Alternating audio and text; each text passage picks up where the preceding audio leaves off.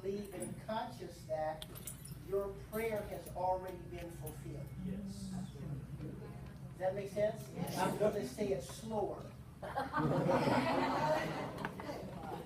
But to persist in the awareness, the belief, and consciousness that what you desire, what you require, has already been given to you. Now, we have a family member in sacred scripture. He's our brother.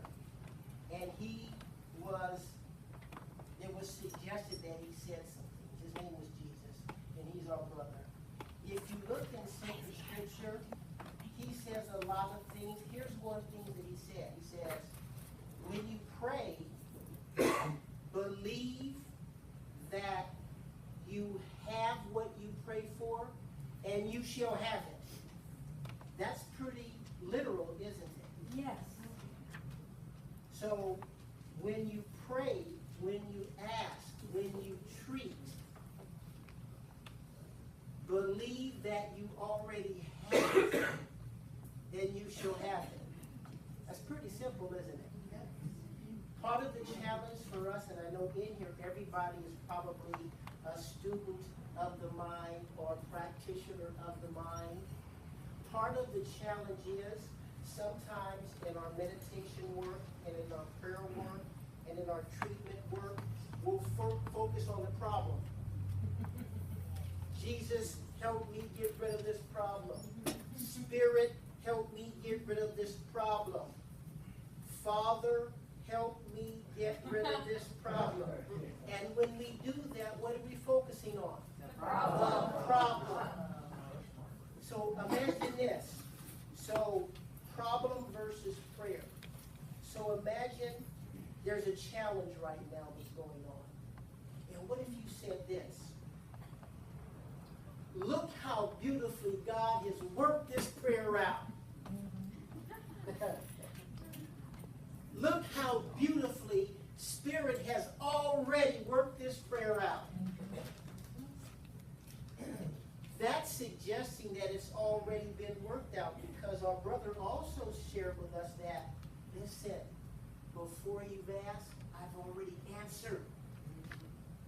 And he also knew this. If I focus on the problem, where energy goes, power flows, the problem is going to get bigger, isn't it? So in our meditation work, in our prayer work, and in our treatment work, we want to make certain, as students of the mind, all of you are practitioners. You knew that, didn't you? Yes. All of you are practitioners.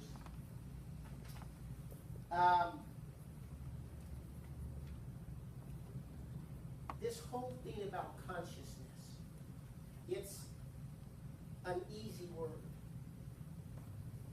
Right now, let's say you can see the solution to your challenge. And the title was, Prayer Works Helping Us See the Light. So with your inner eyes, it doesn't matter what your challenge is right now. It could be health, it could be happiness, it could be love, it could be success, it could be prosperity, it could be a money challenge. Don't judge it by your physical eye. Go in and with your spiritual eye, see the solution. You get to decide what the solution to your challenge is. Don't ask someone, because their vision is not your vision. Look at your challenge, identify what the solution would be, and then live, move, and have your being in the solution, and it will manifest. Yes. He also said, if I be lifted up, I will draw all men unto me. Remember that? Well, Neville Goddard and Emmett Fox suggest whatever we lift up in consciousness will draw similar manifestations. Is it good health?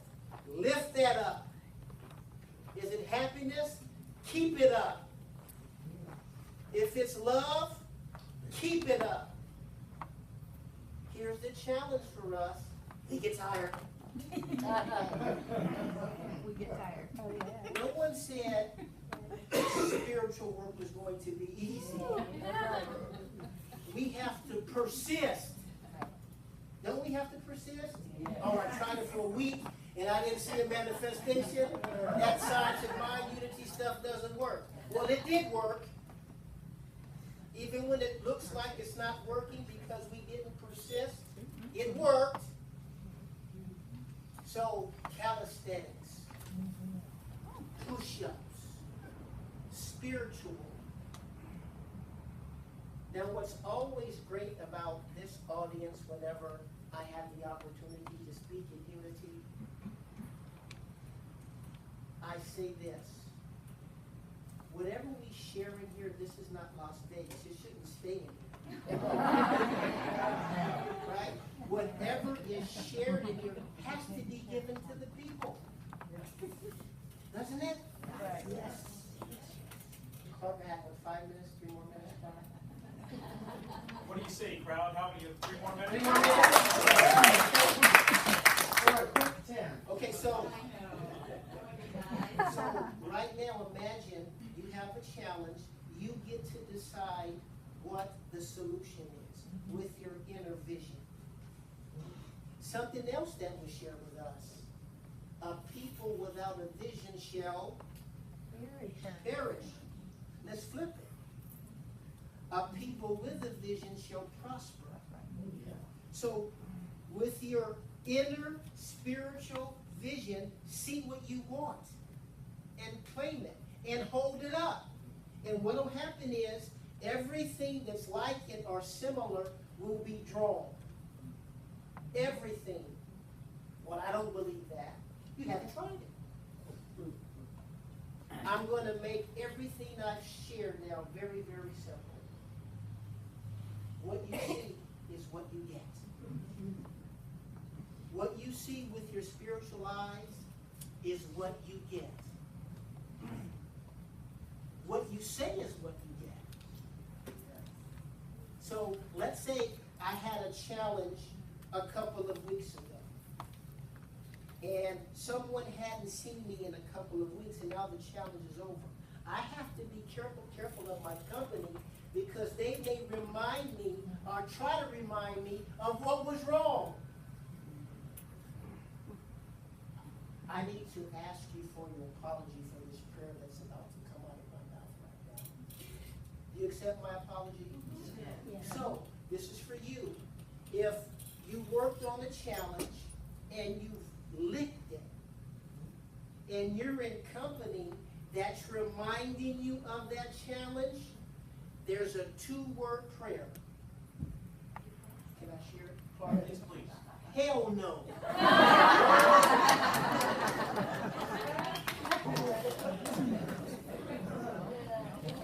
Now, 45 years ago, there was this young man. He was in the neighborhood being babysat, and they were playing cowboys and Indians.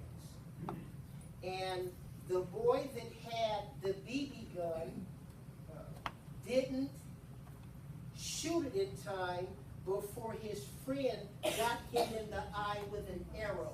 Oh. Remember back in the day when you had stoppers on the arrow and they would stick?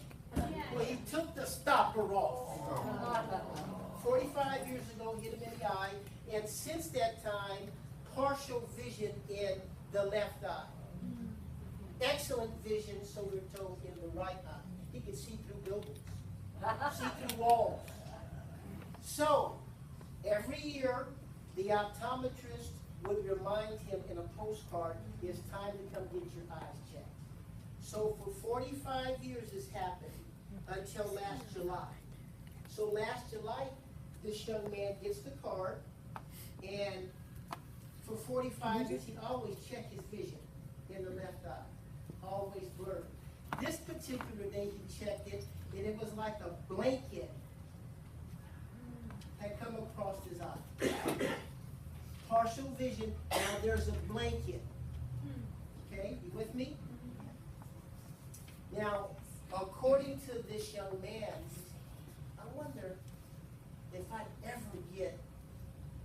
permanent vision back again. And so he goes to the optometrist. The optometrist says, son, this is beyond me. We have to go to an ophthalmologist. He goes to the ophthalmologist. He checks, it's a detached retina. Now, some of you might remember Thomas Hearns and Sugar Ray Leonard, that boxing match, where Thomas Hearns repeatedly hit Sugar Ray Leonard in the eye and detached his retina. The ophthalmologist couldn't figure out how this happened. I mean, his wife didn't hit him. And so he goes to surgery, 45 minutes. It's medical science is outstanding. What Spirit, God, Jesus will do through medical science. 45 minutes, he goes in, they laser the retina. They put dissolvable sutures and they remove the lens. Right? You have a lens in your eye. Well, when this boy 45 years ago was hit in the lens, it was blunt